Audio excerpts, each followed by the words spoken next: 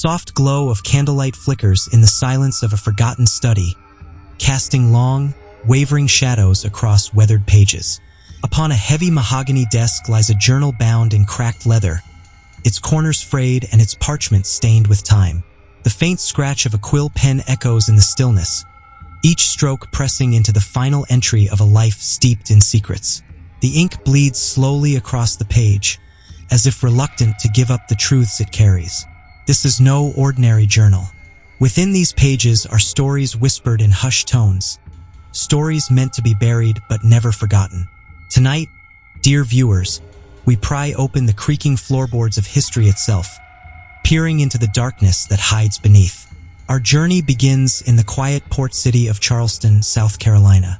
The year is 1836, a time when cobblestone streets echoed with the clatter of horse-drawn carriages, when gas lamps bathed the night in a pale glow, and when the air, thick with salt from the harbor, carried secrets just as heavy as the fog that rolled in from the sea.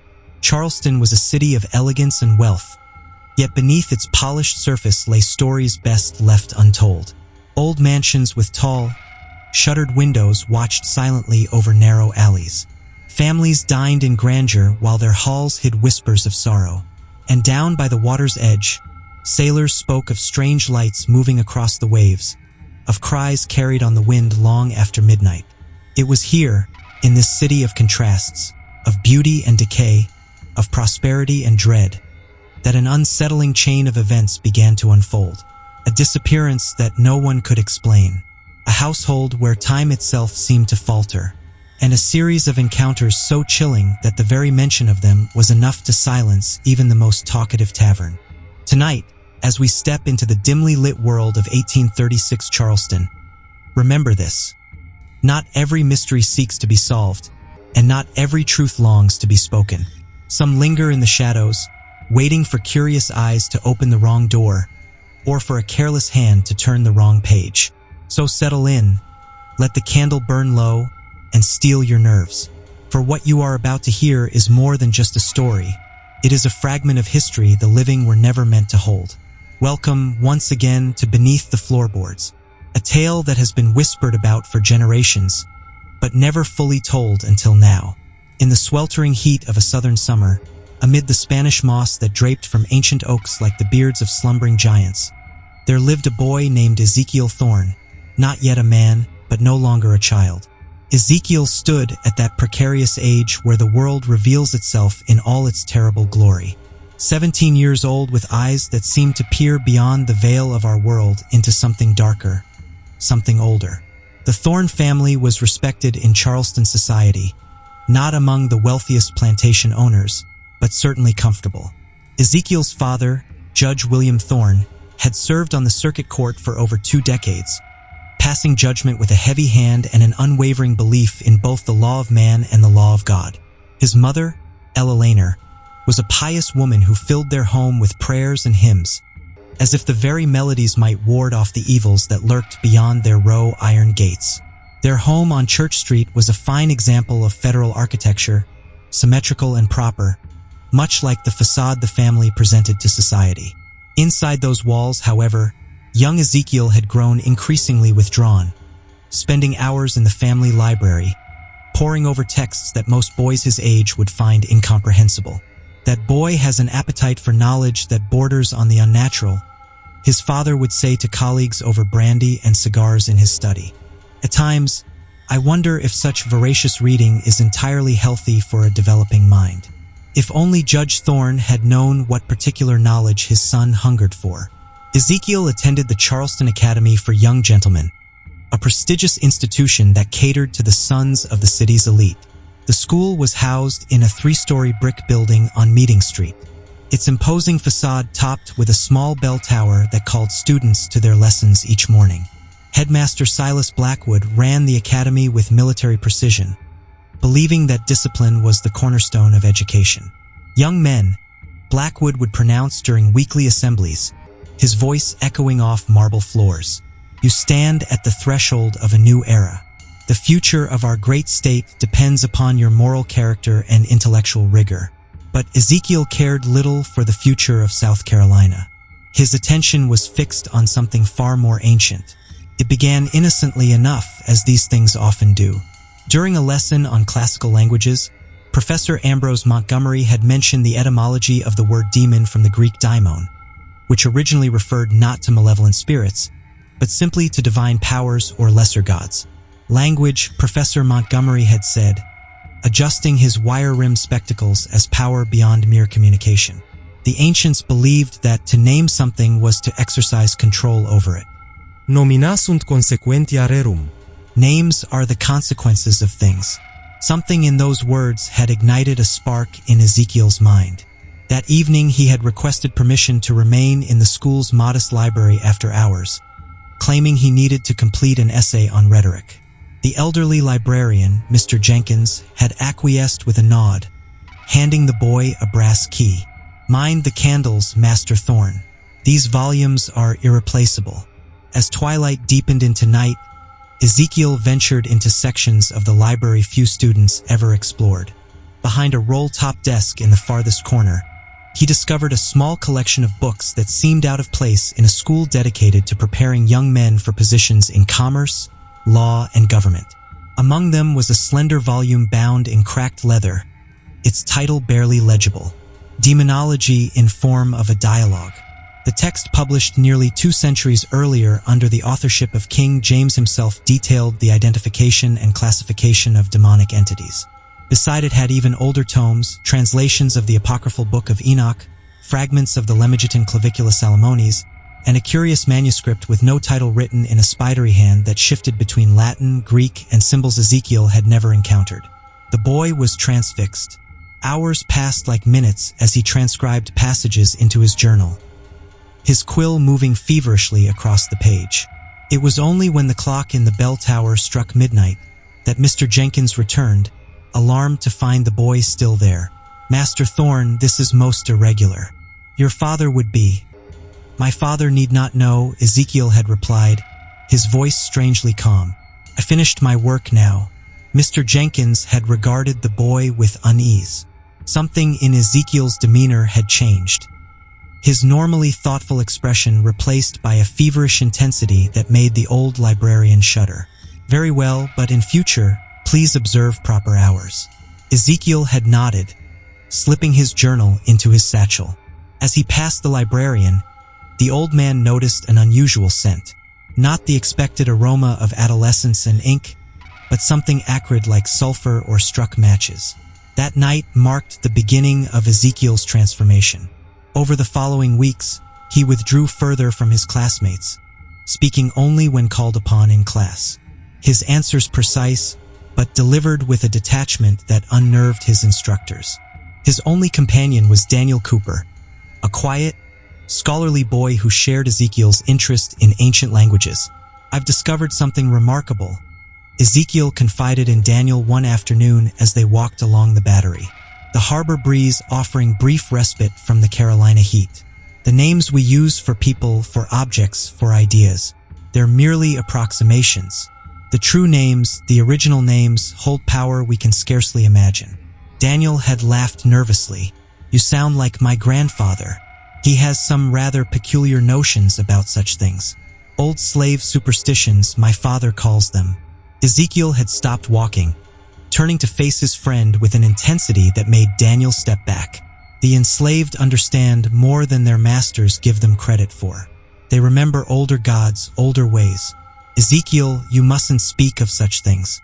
If Headmaster Blackwood heard, Blackwood sees only what he wishes to see, Ezekiel had replied. But I've learned to see more. That night, alone in his bedchamber, Ezekiel began his first experiment. He had prepared carefully, gathering materials mentioned in the ancient texts, a small silver mirror, a candle made from rendered fat. He didn't inquire too closely about its source when he purchased it from a wizened woman at the market, and a needle to prick his finger.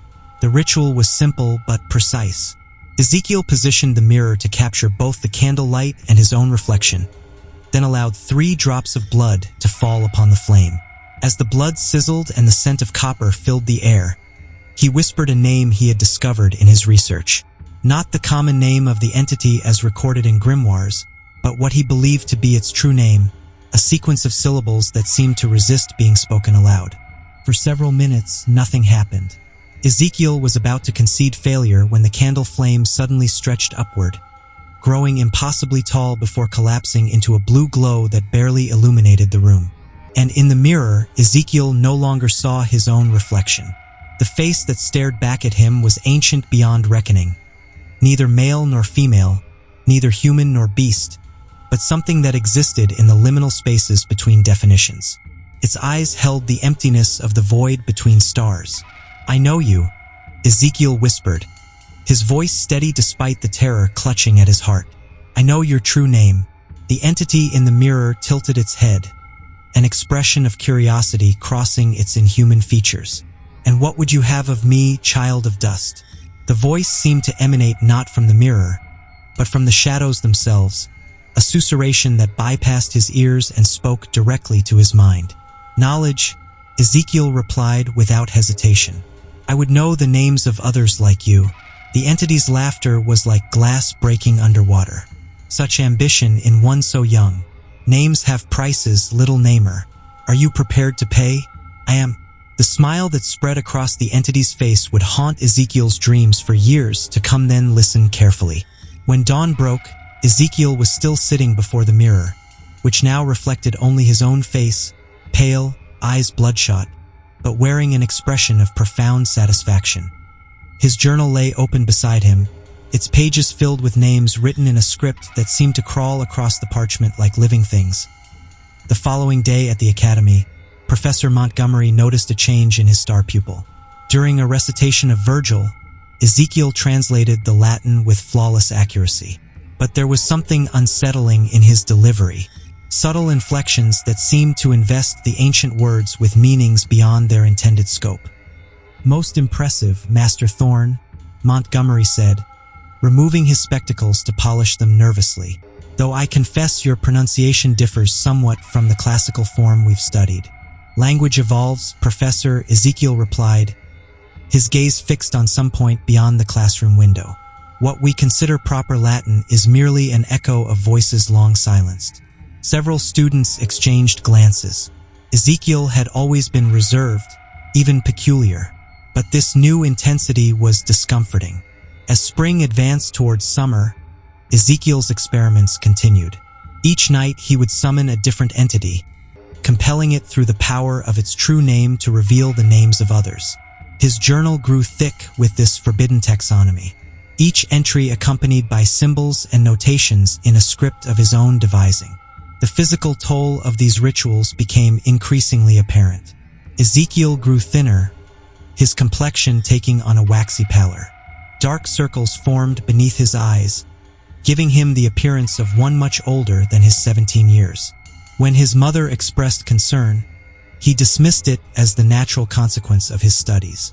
"The final examinations approach, Mother," he explained over breakfast, leaving his food largely untouched. "I must maintain my standing if I'm to follow Father into law." Eleanor Thorne frowned, reaching across the table to touch her son's hand. She recoiled slightly at the chill of his skin. "You've always been a diligent student, Ezekiel, but there must be balance. Perhaps you might accompany us to the Blakely Square this evening. Their daughter Charlotte has inquired after you." "Another time, perhaps," Ezekiel replied, already rising from the table. "I've promised to assist Professor Montgomery with cataloging some recent acquisitions for the Academy Library." This was a falsehood, but one delivered with such conviction that his mother did not question it. In truth, Ezekiel had planned his most ambitious working yet. "Bold child," came a chorus of voices, each distinct yet speaking in perfect unison. "You play with forces beyond your comprehension." "I comprehend more than you know," Ezekiel replied, unflinching. "I seek the names of the greater powers, those you serve, those you fear." A sound like distant thunder rumbled through the room. The shadows twisted, their forms becoming more defined, more terrible. Features emerged from the darkness, eyes like burning coals, mouths filled with teeth too numerous and too sharp to be natural. "The names you seek cannot be spoken by mortal tongues," the chorus replied. "They would burn the flesh from your bones, curdle the blood in your veins." "Then show me how to transcribe them," Ezekiel demanded. "Show me the symbols that can contain their essence." The shadows conferred among themselves in a language that caused Ezekiel physical pain to hear. After what seemed an eternity, they turned their attention back to him. Very well, Namar, but know this. To record such names is to draw their attention. Once aware of you, they cannot be unaware. Do you accept this consequence? Without hesitation, Ezekiel nodded. I accept. What followed was a nightmare of education. The shadows surrounded Ezekiel, enveloping him in darkness that was not merely the absence of light, but a positive presence of its own. Within that darkness, knowledge was transferred directly to his consciousness. Symbols and signs that no human hand had ever recorded, concepts that human language lacked the vocabulary to express.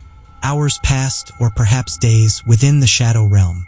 Time had little meaning when Ezekiel finally emerged, collapsing onto the floor as the shadows retreated and the candles guttered out. The first light of dawn was breaking through his frost-covered windows. His journal lay beside him, open to pages now filled with writing he had no memory of recording. The symbols seemed to shift when viewed directly, stabilizing only when glimpsed from the corner of the eye. That night, he intended to summon not one but 7 entities simultaneously, binding them through their true names to reveal a secret he had long suspected, the existence of greater powers beyond even those he had contacted. The ritual required more extensive preparations than his previous experiments. Ezekiel waited until his parents had departed for the Blakely residence before transforming his bedchamber into a ritual space. He moved furniture against the walls, clearing the center of the room, where he used chalk to inscribe a complex geometric pattern on the wooden floor. At 7 equidistant points around the perimeter, he placed silver candlesticks borrowed from the dining room. As midnight approached, Ezekiel took his position at the center of the diagram. His journal opened to pages containing the 7 names he intended to invoke. The candles were lit, their flames unnaturally steady in the still air of the closed room.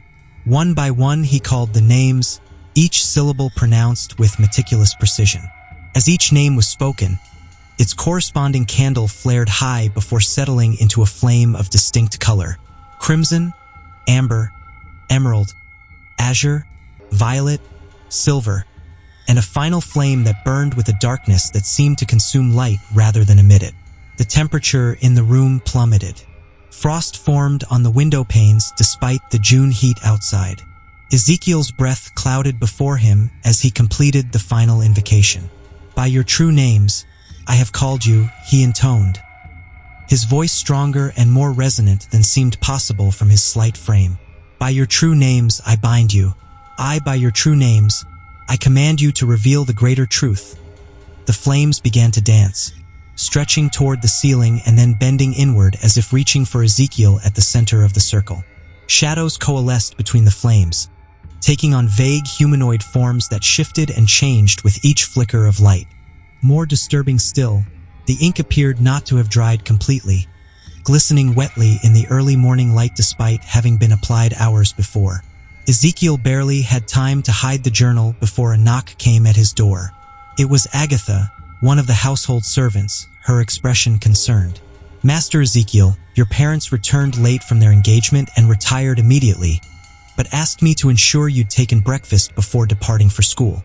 Ezekiel pulled himself to his feet, aware of how he must appear, disheveled, pale, his eyes bloodshot from strain and lack of sleep. Thank you, Agatha. I'll be down shortly. The woman hesitated, her gaze moving past him to the room beyond. Ezekiel knew what she saw: the furniture displaced, the strange chalk markings on the floor, the silver candlesticks with their unnaturally colored wax residue. Is there anything else you require, sir? She asked, her voice carefully neutral. No, Ezekiel replied, then reconsidered. Actually, yes. I'd appreciate if you would delay cleaning my room today.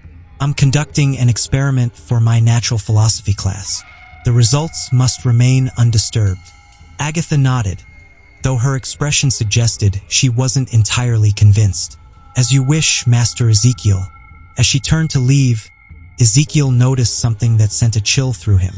Following Agatha down the hallway was a shadow. Not the natural silhouette cast by her form in the morning light, but something darker, more defined, moving with a subtly different rhythm than the woman herself. As she reached the stairs, the shadow seemed to turn its head toward Ezekiel, acknowledging his gaze before continuing to follow its unwitting host. The implications were clear. The ritual had opened doorways that had not fully closed. The boundaries between worlds had grown thin, permeable, and Ezekiel was not the only one who could now see across that divide at breakfast. Ezekiel forced himself to eat despite his lack of appetite. "Master Thorn, a word if you please." Ezekiel nodded to Daniel before following the professor to his office, a book-lined room that smelled of pipe, tobacco, and leather. Montgomery closed the door behind them, gesturing for Ezekiel to take a seat. "I've been teaching at this institution for 27 years, Montgomery began, settling into his chair with a sigh. "In that time, I've encountered students of every disposition and capability, but never have I observed a transformation as dramatic as yours in recent weeks." Ezekiel remained silent, his expression neutral. "Your work has always been exemplary," Montgomery continued, "but your recent essays, particularly on comparative mythology and linguistic theory, contain perspectives that are troubling." "Troubling in what way, Professor?" Ezekiel asked, his voice perfectly controlled. Montgomery reached into his desk drawer, withdrawing a sheaf of papers that Ezekiel recognized as his most recent assignment, an analysis of sacrificial practices in ancient cultures. "You write here," Montgomery said, adjusting his spectacles to read directly from the text. "The efficacy of sacrifice lies not in the act itself, but in the naming of that which is summoned. Blood is merely the currency of attention. It is the correct pronunciation that ensures the transaction is completed." He set the paper down, fixing Ezekiel with a penetrating stare. "This is not historical analysis, Master Thorn. This is written as if from personal experience." Ezekiel met his gaze without flinching. "Is it not the mark of effective scholarship to write with conviction, Professor?" "Conviction, yes, but there are passages here that suggest practices no civilized person would contemplate, let alone participate in."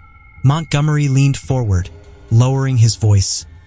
"Ezekiel, I've always admired your intellect, but I fear your studies have taken a dark turn.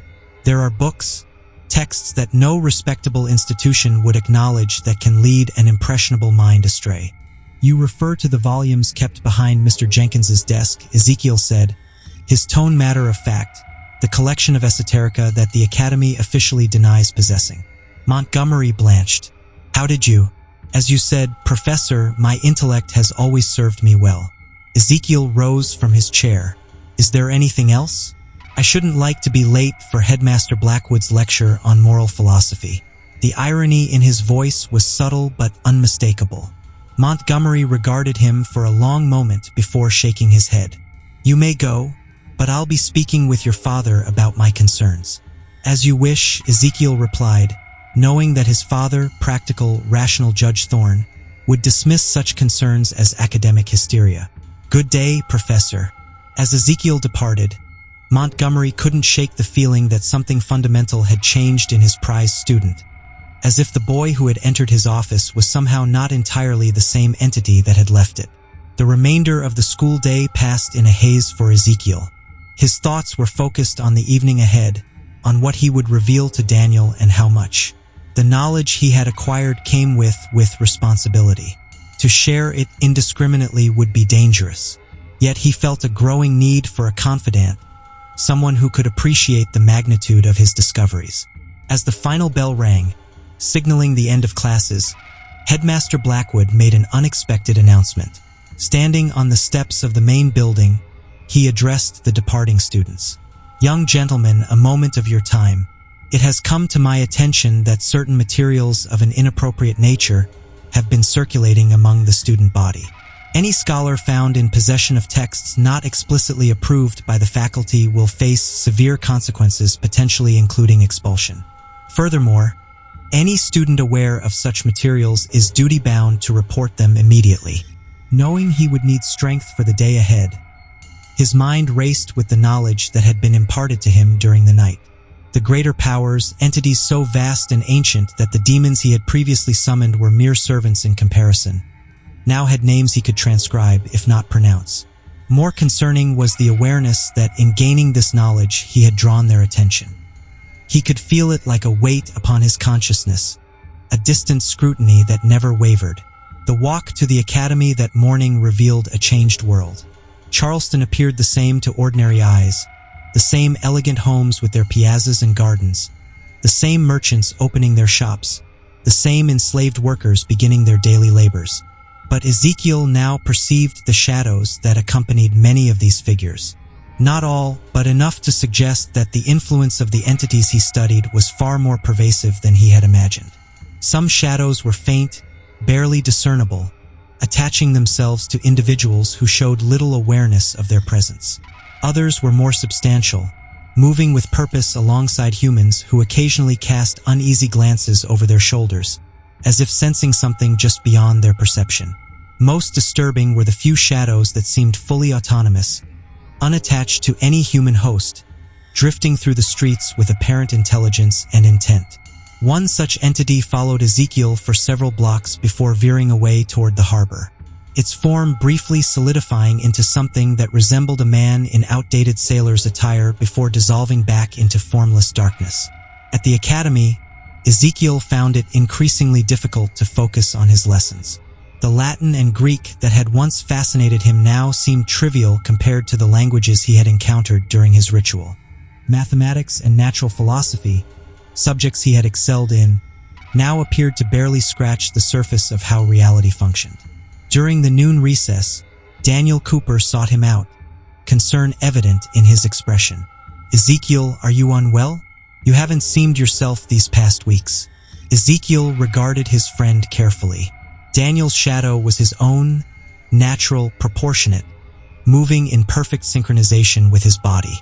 There was no sign of external influence or attachment. "I'm quite well," Ezekiel replied. "Better than ever, in fact. I've made certain discoveries that have expanded my understanding." "What sort of discoveries?" Daniel asked. His academic curiosity piqued despite his concern. Ezekiel hesitated. Daniel was perhaps the only person who might comprehend even a fraction of what he had learned. Yet sharing such knowledge carried risks for both the recipient and the giver. "It relates to our discussions on etymology," Ezekiel said finally, choosing his words with care. "The power inherent in names. I found evidence suggesting that the ancients were correct. That to name something truly is to exercise a measure of control over it." Daniel frowned. "You speak of this as if you verified it somehow, as if it's more than theory." "Perhaps I have," Ezekiel replied with a slight smile. "Would you like to see?" The question hung between them, pregnant with implications. Daniel had always followed where Ezekiel led. Their friendship built on shared intellectual curiosity. But something in Ezekiel's demeanor, a feverish intensity coupled with an unnatural calm, gave Daniel pause. "I'm not certain," he admitted. "What exactly would you show me?" "Meet me at the old rice mill on Cooper River after sunset," Ezekiel said. "Come alone. Bring no light. It will be provided." Before Daniel could respond, Professor Montgomery approached, his expression stern. His gaze seemed to settle on Ezekiel as he delivered this warning. Ezekiel returned the look impassively, aware that several of his classmates were now glancing in his direction. His reputation for intellectual unconventionality was well established. As the crowd dispersed, Blackwood beckoned to Ezekiel. "Master Thorne, might I have a word?" "Of course, Headmaster," Ezekiel replied, approaching with a confidence that bordered on insolence. Blackwood was a tall, austere man whose rigid posture and perpetual frown had intimidated generations of students. Yet, as he looked down at Ezekiel, there was an uncharacteristic hesitation in his demeanor. "Professor Montgomery has shared some concerns about the direction of your studies," Blackwood said, his voice pitched low to avoid being overheard.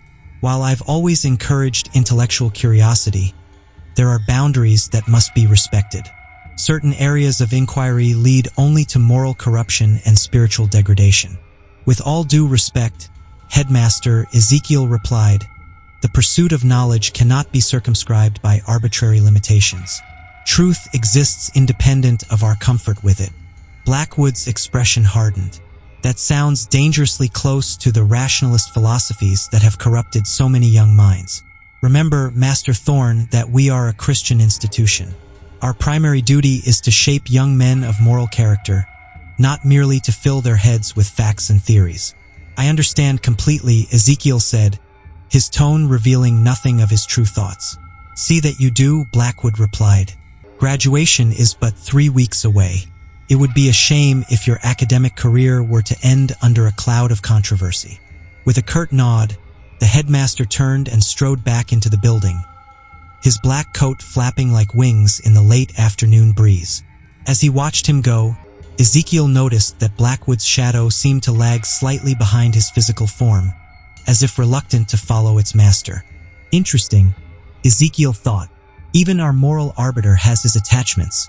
The old rice mill on the Cooper River had been abandoned for nearly a decade, its massive water wheel long since collapsed, its brick walls gradually being reclaimed by the persistent vegetation of the Carolina lowlands.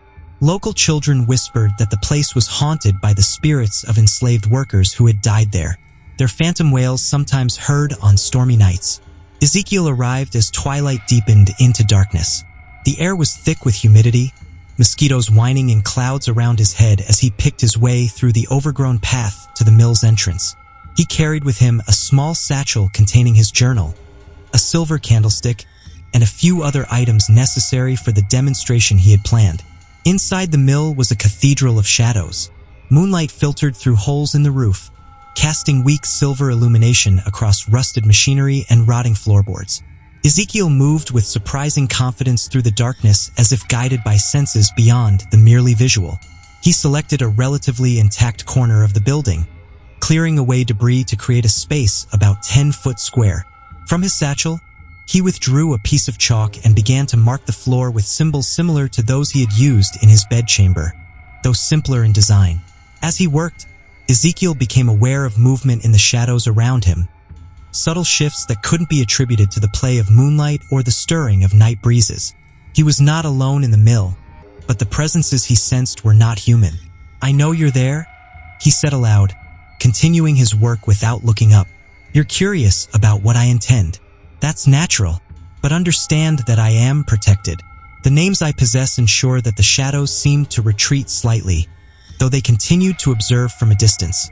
Ezekiel completed his diagram, then positioned his candlestick at its center. Rather than lighting it immediately, he seated himself cross-legged beside it, waiting for Daniel's arrival. He did not wait long. The sound of hesitant footsteps approaching through the underbrush announced his friend's presence before Daniel appeared in the doorway, a slender silhouette against the marginally lighter backdrop of the night sky. "Ezekiel," Daniel called, his voice uncertain. "Are you here?" "Come in, Daniel," Ezekiel replied, his voice echoing strangely in the cavernous space. "Follow the sound of my voice."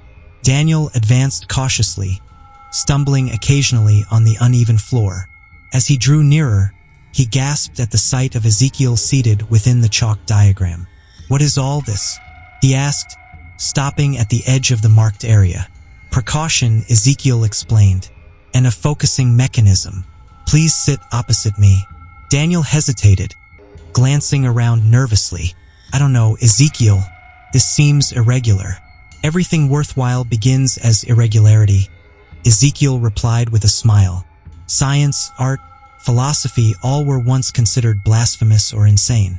"Sit, Daniel. I promise you'll find this educational." Reluctantly, Daniel lowered himself to the floor, sitting just outside the edge of the diagram. "What exactly are we doing here?"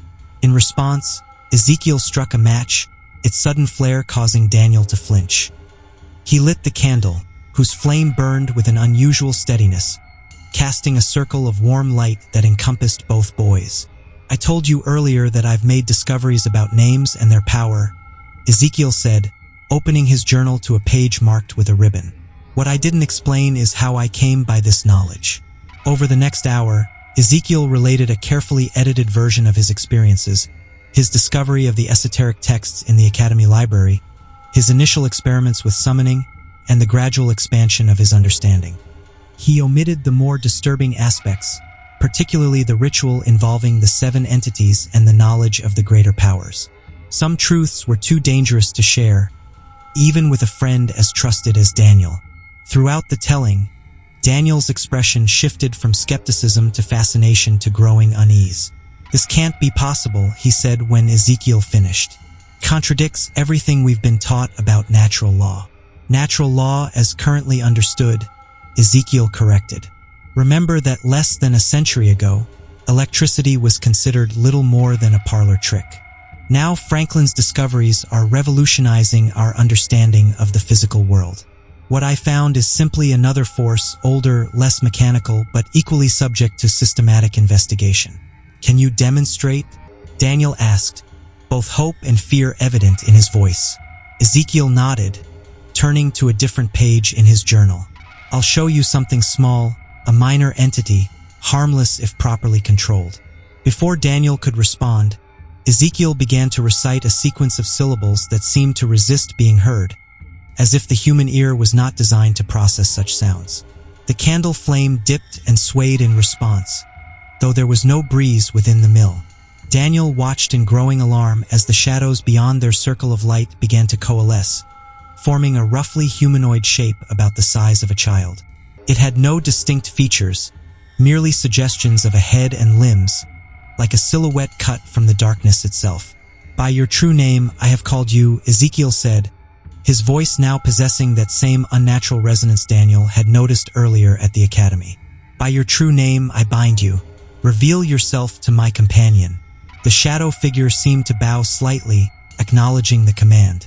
Then, with a movement like smoke curling in still air, it approached the edge of the chalk diagram. Daniel scrambled backward, his eyes wide with terror. "Dear God, what is that thing?" "Nothing to fear," Ezekiel assured him, though there was an edge to his voice that suggested he wasn't being entirely truthful. "It's a minor spirit, what the Greeks might have called a demon. Can't harm you as long as it remains outside the circle." The entity tilted its head, regarding Daniel with curiosity despite having no visible eyes. A sound emerged from it, not speech exactly, but a whispering that contained patterns reminiscent of language. "What's it saying?" Daniel asked, frozen in place despite his evident desire to flee. "It's greeting you," Ezekiel replied, "in its own way. It's curious about you, about all humans really. These entities exist alongside our world, but separate from it. They can observe us, occasionally influence events in subtle ways, but direct interaction is rare, and you can control it through its name." "Control is perhaps too strong a term," Ezekiel said. "I can compel it temporarily, direct its actions to a limited extent. The relationship is more complex than simple mastery." As if to demonstrate this point, the shadow figure suddenly stretched upward, growing taller and more defined. Its head nearly touched the ceiling of the mill, and features began to emerge from the darkness. Hollows where eyes should be, a gash-like opening that approximated a mouth. "Ezekiel," Daniel said, his voice shaking, "I think we should end this now." Ezekiel frowned, glancing from his friend to the entity, which continued to grow more substantial with each passing moment. This was not proceeding as he had planned. The minor spirit he had summoned should not have been able to manifest so completely, nor should it have been able to modify its form without explicit permission. "Unless something's wrong," Ezekiel muttered, flipping rapidly through his journal. "This isn't the entity I summoned. Or rather, it's not only that entity." The shadow figure now filled the entire end of the mill, its form blocking the moonlight that had filtered through the broken walls. The whispering had grown louder, more insistent, resolving into words that seemed to bypass the ear and speak directly to the mind. "The door is open, Neymar," it said, its voice a chorus of multiple tones speaking in unison. "You opened it, and we have come through." Ezekiel rose to his feet, his journal clutched tightly in one hand. "By your true name, I command you to withdraw," he said, his voice cracking slightly as he pronounced the complex syllables. The entity laughed, a sound like dry leaves skittering across stone. "Which name would that be? Neymar? I am many, and you have called us all." Daniel had risen as well, backing toward the mill entrance. "Ezekiel, we need to leave now." But Ezekiel stood his ground, flipping frantically through his journal. "No, There's a binding here that should work, a universal constraint that affects all entities of the lower hierarchies. The shadow continued to advance, now extending tendrils that probed at the edge of the chalk diagram. Where they touched the lines, small sparks flared and died, like static electricity discharging. Your markings are flawed, the entity observed. Imprecise. The true geometry requires measurements you cannot achieve with crude tools like chalk and eye. Ezekiel found the page he sought and began to recite a longer incantation, a complex sequence of sounds that caused Daniel to cover his ears in pain. The shadow figure recoiled briefly, its form becoming less distinct, but then surged forward with renewed intensity. One tendril breached the diagram, sliding across the chalked line like oil over water. The moment it crossed the boundary, the candle at the center flared impossibly high, its flame reaching nearly to the ceiling before extinguishing completely, plunging the mill into darkness broken only by the faint moonlight. "Run!" Ezekiel shouted, grabbing his satchel and sprinting toward the exit. Daniel needed no encouragement, already halfway to the door. Behind them, the shadow entity continued to grow, filling the mill with its presence. The rotting floorboards creaked and split as if bearing an immense weight. The remaining machinery groaned, metal twisting as if under great pressure. The boys burst from the mill into the relative safety of the night, not slowing until they had put several hundred yards between themselves and the structure. When they finally stopped, gasping for breath at the edge of a cotton field, they turned to look back. The mill was now completely dark, no sign of moonlight penetrating its interior. It stood like a void against the night sky, a place where even darkness was deeper than it should naturally be. "What happened?" Daniel demanded, his voice with fear. "What was that thing?" Ezekiel shook his head, his expression a mixture of fear and fascination. Convergence. Multiple entities responding to a single summoning. Shouldn't have been possible. Shouldn't have been. Daniel broke off, staring at his friend in disbelief. "Ezekiel, you nearly got us killed. But that thing was not bound by your circle or your words. It was toying with us." "Yes," Ezekiel admitted, his academic curiosity briefly overriding his fear. "That suggests a hierarchy I hadn't fully appreciated. The names I've discovered must have varying levels of authority. Some can be commanded, others merely negotiated with." Daniel backed away from him. "Listen to yourself.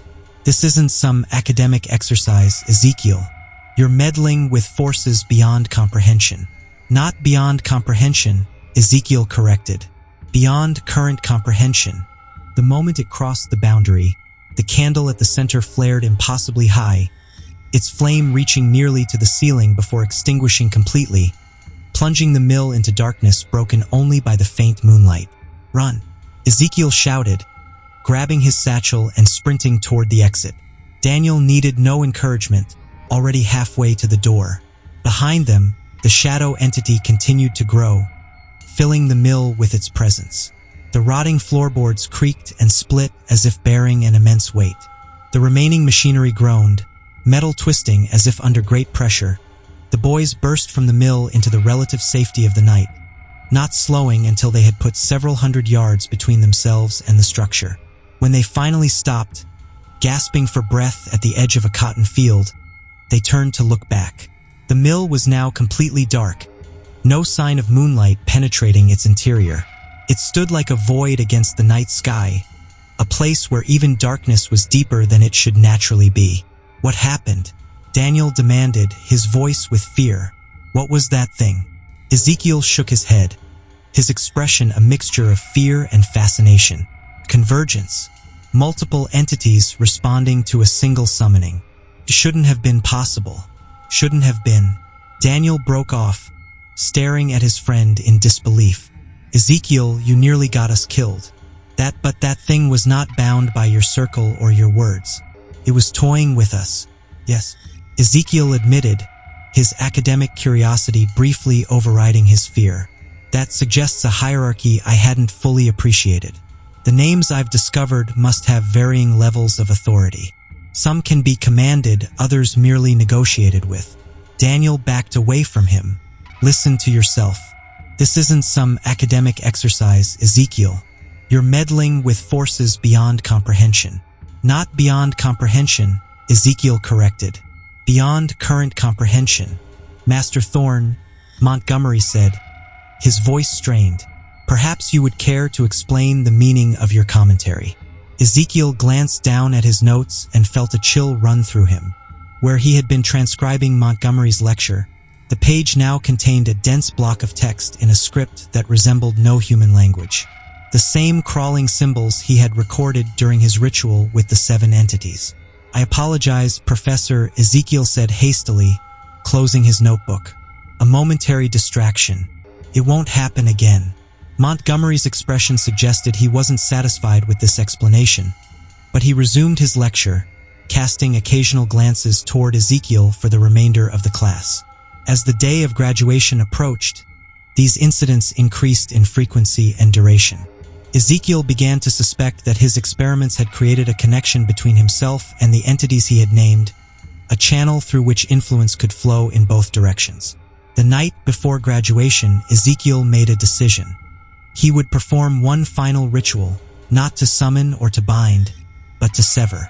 Using the knowledge he had gained, he believed he could close the doorways he had inadvertently opened, restoring the proper boundaries between worlds. In the privacy of his bedchamber, with his parents asleep down the hall, Ezekiel prepared more carefully than ever before. He arranged his materials with meticulous precision. The chalk diagram on the floor, 7 candles placed at specific intervals, a small silver bowl at the center containing a mixture of salt, grave soil, and his own blood. The ritual was complex, demanding exact pronunciation and precise timing. As midnight approached, Ezekiel began the incantation, his voice barely above a whisper, yet somehow filling the room with resonance. One by one, the candles ignited of their own accord, each flame burning with a different color as they had during his previous working. The shadows in the room deepened and shifted, gathering into distinct forms that observed from the corners. I rescind my invitation, Ezekiel intoned, reading from the final pages of his journal. I revoke my welcome. By the authority of your true names, I command the doorway closed. The shadows stirred, moving closer despite remaining outside the chalked boundary. Their whispers filled the room, overlapping into a cacophony that made concentration difficult. Too late, Neymar, they seemed to say, though no words were actually spoken. The threshold is crossed. The way is open. Ezekiel continued the ritual, his voice growing stronger as he pronounced name after name, formally releasing each entity from any obligation to him and commanding them to return to their proper domain. The air in the room grew thick, difficult to breathe. The candle flames stretched toward the ceiling, their colors intensifying until they were painful to look at directly. The shadows retreated slightly, but their forms became more defined, more solid. As Ezekiel reached the climax of the ritual, pronouncing the final syllable of the last name in his catalog, a sudden wind swept through the room. The candles guttered but did not extinguish. Pages in his journal flipped rapidly as if turned by invisible hands. Then, as abruptly as it had begun, the wind ceased. The candles returned to normal flames, their colors fading to ordinary yellow-orange. The shadows retreated to natural proportions and positions. Ezekiel exhaled slowly, sensing that something had changed. The oppressive presence he had felt for weeks seemed diminished. The constant scrutiny at the edge of his awareness reduced to a distant, intermittent observation. He had not completely closed the doorway.